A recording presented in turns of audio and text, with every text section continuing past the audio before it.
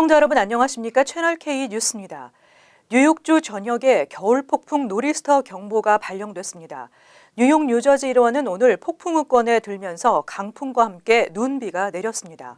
한편 동남부 지역을 덮친 토네이도로 최소 16명이 사망하는 등 인명 재산 피해가 속출하고 있습니다. 조지아주 남부와 플로리다주의 접경 지역에 강력한 토네이도가 덮쳤습니다.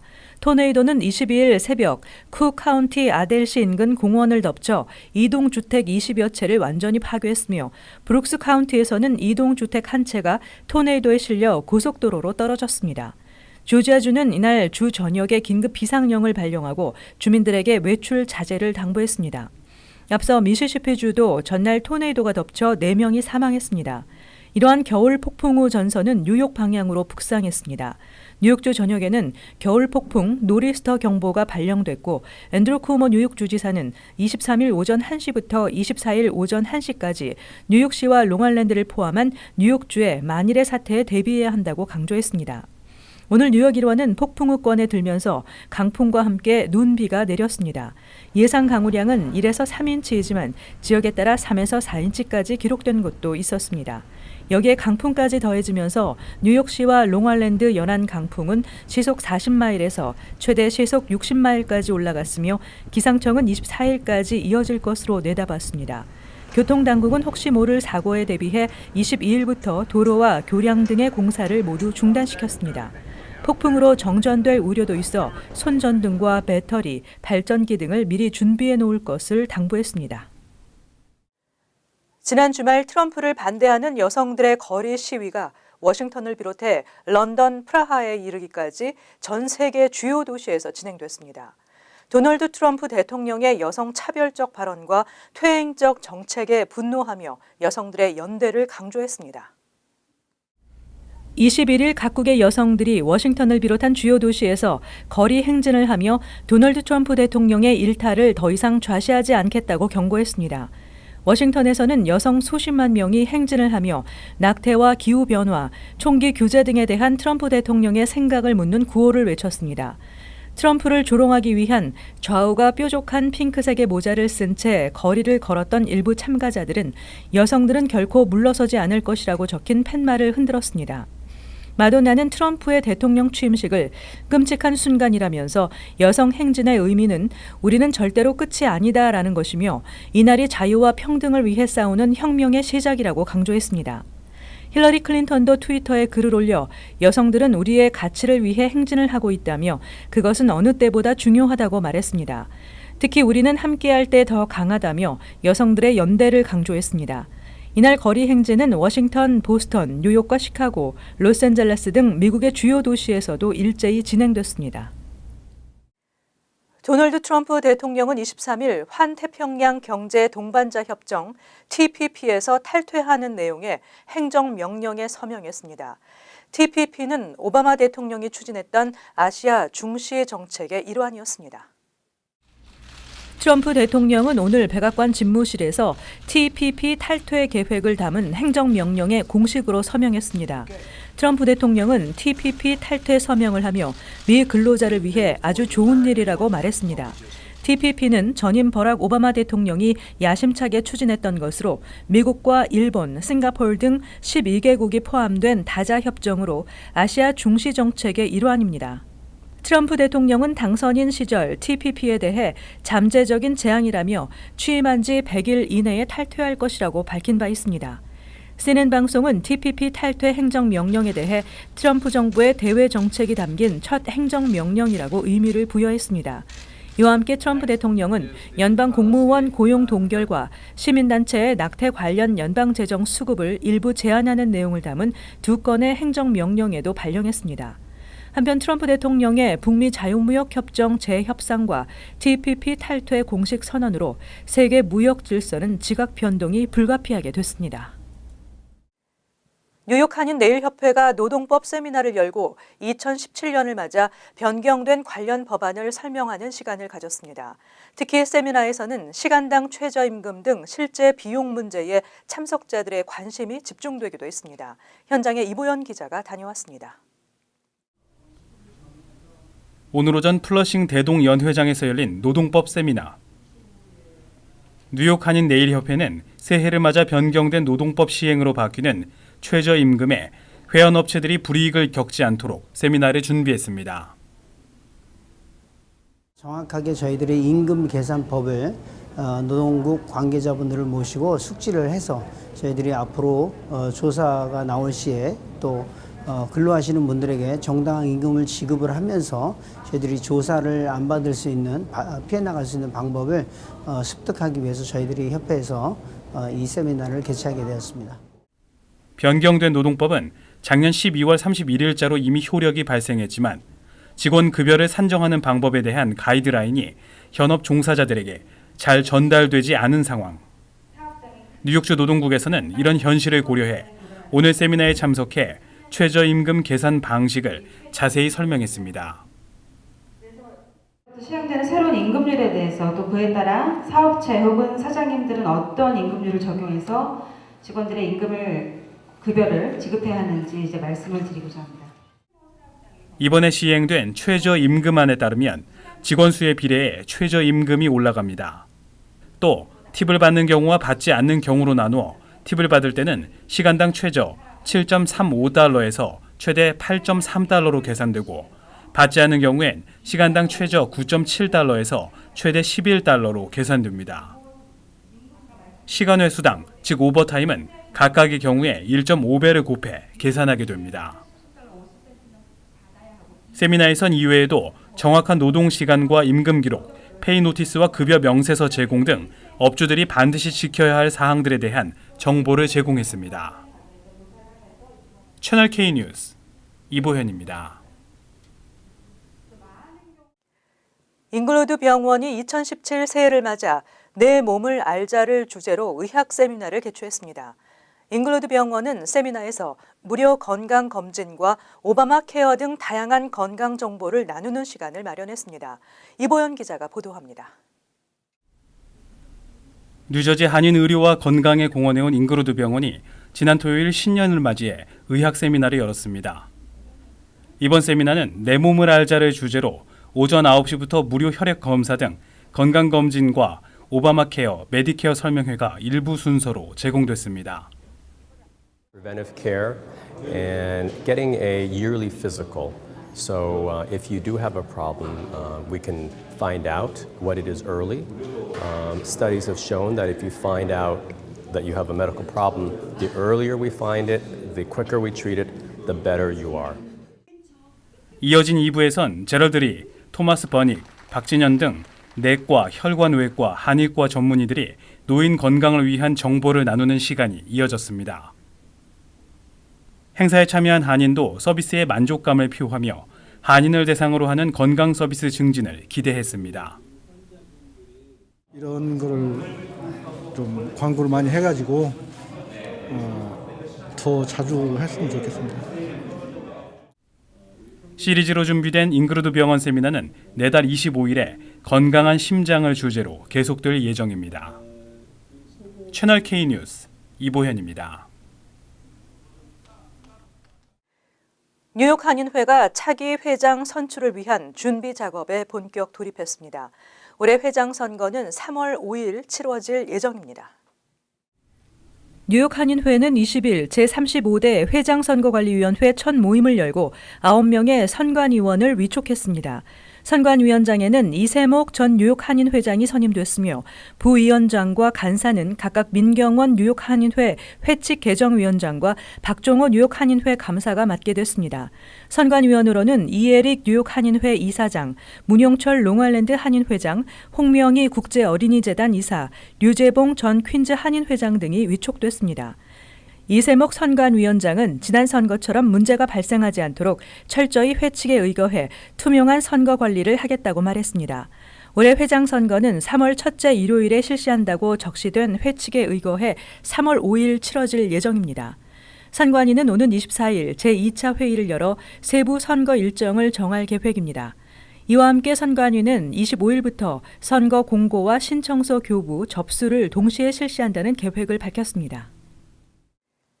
가족 이민 초청을 위한 재정 보증 기준이 연방 빈곤선 상향에 따라 오르게 됩니다. 3인 가정의 가장이 한국의 부모를 초청하려면 1년에 36,000달러 수입이 돼야 합니다. 2017 회계년도 연방 빈곤 기준선이 오름에 따라 가족 초청 재정 보증도 올랐습니다. 연방보건복지부가 20일 공개한 연방 빈곤 기준에 따르면 알래스카와 하와이를 제외한 48개 주 거주자는 2인 가족 기준 연소득이 지난해 2만 25달러에서 2만 300달러로 상향 조정됐습니다. 3인 가족은 2만 5,200달러에서 2만 5,525달러로 4인 가족은 3만 375달러에서 3만 750달러 등으로 각각 올랐습니다. 가족 이민 초청을 위한 재정 보증 기준도 연방 빈곤선에 맞춰 오르게 됩니다. 연방 이민국은 가족 초청을 위한 재정 보증을 연방 빈곤선의 125% 이상을 요구합니다. 가족을 초청할 경우 미국 내 초청자 가족 수와 초청 대상자 수를 합한 가족 수에 해당하는 연방 빈곤선 125% 이상의 소득을 벌고 있음을 증명해야 합니다. 3인 가족의 가장이 한국의 아버지와 어머니 2명을 가족 이민 초청하기 위해서는 연소득이 5인 가족 연방 빈곤선 28,780달러에 125%인 35,975달러를 넘어야만 합니다. 또 초청 대상자까지 합친 가족 수가 6인일 경우 연소득이 41,200달러, 7인은 46,425달러 이상이어야 합니다. 한편 2017년 가족 이민 초청 재정 보증 기준은 3월 1일부터 적용될 예정입니다. H-1B 비자 추첨제를 폐지하고 미 대학에서 학위를 취득한 외국인에게 우선순위로 비자를 발급하는 초당적 법안이 추진되고 있습니다. 특히 스템 분야가 대상일 가능성이 높은 것으로 전해졌습니다. 민주공화 양당 의원들이 20일 H-1B와 주재원 비자 개선 법안을 공동 발의했습니다. 이 법안은 2007년에도 척 그래슬리 의원과 딕 더빈 연방 상원 의원이 상정한 바 있으며 비이민 취업 비자의 남용 실태를 개선하기 위한 것으로 무난히 상원 표결에 붙여질 것으로 예상되고 있습니다. 이번 법안은 H-1B 비자 추첨제를 폐지하고 미 대학에서 학위를 취득한 외국인을 우선순위로 비자를 발급하는 내용이 골자입니다. 학사, 석사 총 8만 5천 개의 연간 쿼터제는 그대로 유지됩니다. 하지만 미 대학 학위 소지 외국인 가운데에서도 H-1B 발급 우선순위는 석사 학위를 소지하고 있으며 연봉이 높고 특정 분야의 전문 기술을 보유하고 있는 외국인입니다. 특정 분야에 대한 정의는 특별히 없지만 스템 분야가 될 가능성이 높습니다. 법안은 이러한 큰 틀을 제시하고 다음은 이민서비스국이 H-1B 비자 발급 우선순위 세부 내용을 정할 수 있도록 했습니다. 또 직원 50인 이상 업체의 경우 H-1B 또는 L-1 비자 소지자가 전체 직원의 50% 이상이면 H-1B 비자 발급을 금지하는 내용도 법안에 포함됐습니다. 오는 3월 19일부터 뉴욕시 전철과 버스 기본 요금이 3달러로 인상될 예정입니다. 또 MTA 노조 합의에 의한 추가 요금 인상도 불가피할 전망입니다. 메트로폴리탄 교통공사가 오는 25일 최종 회의에서 요금 인상안 플랜 A와 B 중 플랜 B를 확정할 예정으로 알려졌습니다. 플랜 B에 따라 3월 19일부터 기본 요금은 현행 2달러 75센트에서 3달러로 인상됩니다. 대신 현행 5달러 50센트 구입 시 11%인 보너스를 6달러 구입 시 16%로 올리기 때문에 보너스 적용 후 실질 요금은 현행 2달러 48센트에서 2달러 59센트로 오르는 셈입니다. 1회 사용권은 3달러 25센트, 익스프레스 버스는 현금 지불 시 7달러, 메트로카드 결제 시 6달러 03센트, 액세서 라이드는 3달러로 각각 인상됩니다. 30일 정기권은 현행 116달러 50센트에서 121달러로, 7일 정기권은 31달러에서 32달러로 오릅니다. 이번 인상안에는 MTA가 관리하는 RFK 브릿지, 와이스톤 브릿지, 휴케리 터널, 트록스넥 브릿지와 미드타운 터널 통행료도 이지패스를 이용할 경우 현행 5달러 54센트에서 5달러 76센트로 오르고 현금의 경우는 8달러 50센트를 내야 합니다. 베라저노 브릿지와 헨리 허드슨 브릿지도 요금이 오릅니다. 한편 MTA와 교통노조 로컬 100의 합의에 따른 추가 요금 인상도 불가피할 것으로 전망됩니다. 이어서 LA 지역 한인사회 소식입니다. 오늘 남가주 일대에 폭풍우가 강타해 곳곳에서 피해가 잇따랐습니다.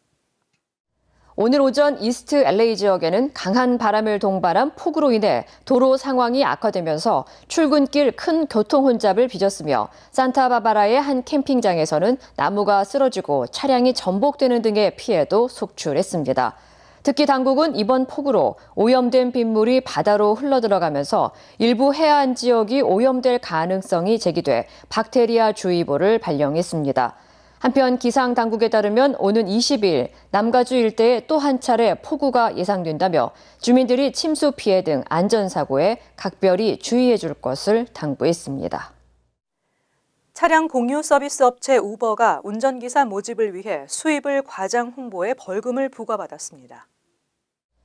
연방거래위원회는 의도적으로 운전자 수입을 과장해 홍보한 우버에 대해 벌금 2천만 달러를 부과하는 것으로 합의했다고 밝혔습니다. 우버는 뉴욕과 샌프란시스코의 운전자가 각각 연 9만 달러와 7만 4천 달러를 벌 수 있다고 했지만 실제로는 운전자의 10% 정도만 해당되는 것으로 확인됐습니다. 또 20개의 도시의 시간당 수입 역시 부풀린 것으로 드러났습니다. 보스턴과 미니애폴리스에서 각각 시간당 25달러를 벌 수 있다고 했지만 30% 미만의 운전자만 해당되는 것으로 확인됐습니다. 이어서 월드 리포트입니다. 전 세계적으로 고령화가 급속도로 진행되면서 노인 운전 사고가 크게 늘고 있습니다. 각 나라마다 이에 대한 대책 마련에 부심하고 있는데요. 최근 개발 중인 자율주행차에 기대를 거는 목소리가 커지고 있습니다. 미국 노스캐롤라이나의 주택가. 커다란 구멍이 뚫린 지붕에서 자동차가 올라옵니다. 언덕길에서 회전하던 차가 허공을 가르며 가정집을 덮친 겁니다. 운전 중이던 할머니가 갑자기 의식을 잃어 일어난 사고였습니다. Just from us talking to her, she didn't realize her car was actually inside the house. So I would guess that she passed out. 75세 이상 고령 운전자가 500만 명에 육박하는 일본에선 노인 운전 사고가 더 심각합니다. 나가노시의 한 편의점. 승용차 한 대가 물건을 고르던 여성을 향해 돌진합니다. ガラスの割れる音がして気づいたら目の前に車がいた。 운전자는 80대 할아버지로 편의점 주차장에 차를 대던 중이었습니다. 止まろうとしてブレーキアクセル間違いなんだね。 가가와 현의 입체 주차장. 주차장 벽을 뚫은 승용차가 아슬아슬하게 매달려 있습니다. 80대 운전자가 브레이크 조작을 잘못해 하마터면 추락할 뻔했습니다. 이처럼 노인 운전자가 페달을 잘못 밟아 일어난 사고는 최근 10년 사이 3배 가까이 늘었습니다. 때문에 일본에선 노인 운전자의 면허증 자진 반납을 적극 유도하고 있습니다.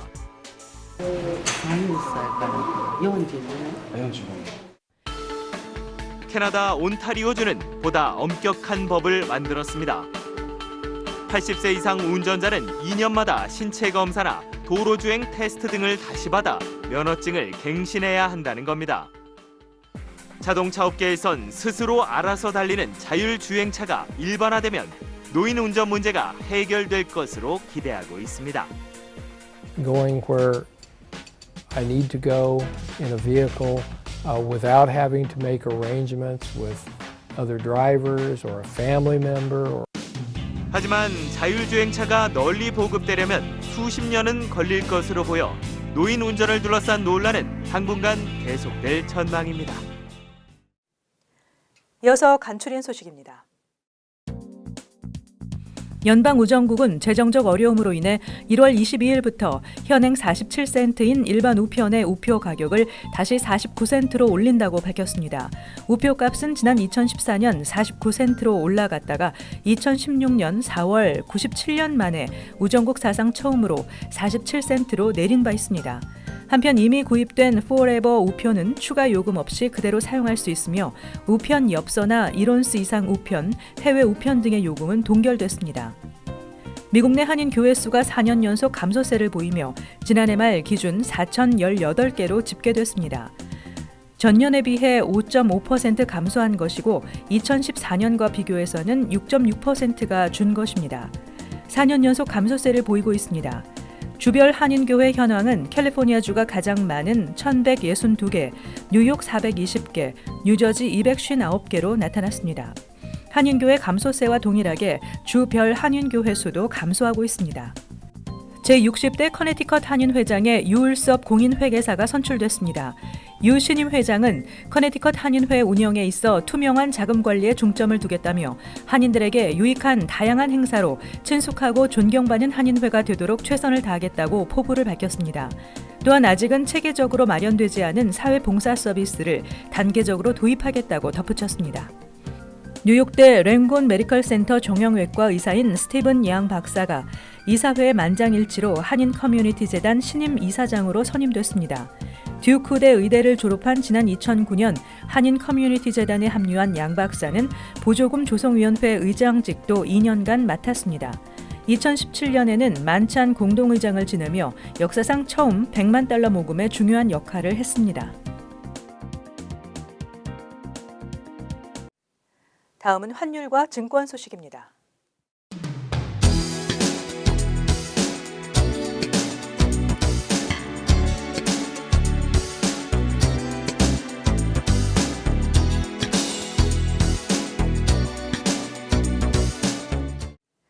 끝으로 날씨 전해드립니다. 폭풍우권에 든 뉴욕, 뉴저지 일원, 화요일은 흐리고 강한 바람과 함께 비가 내리겠습니다. 낮 최고 기온은 42도, 섭씨 6도, 밤 최저 기온은 36도, 섭씨 2도 예상됩니다. 수요일은 흐린 날씨에서 차차 맑아지겠습니다. 목요일은 대체로 맑은 날씨에서 구름이 많아지겠고 포근하겠습니다. 금요일도 전날과 비슷한 날씨에 간간히 흐리겠습니다. 항상 여러분과 함께하는 채널K 뉴스 여기서 마칩니다. 시청해주신 여러분 고맙습니다.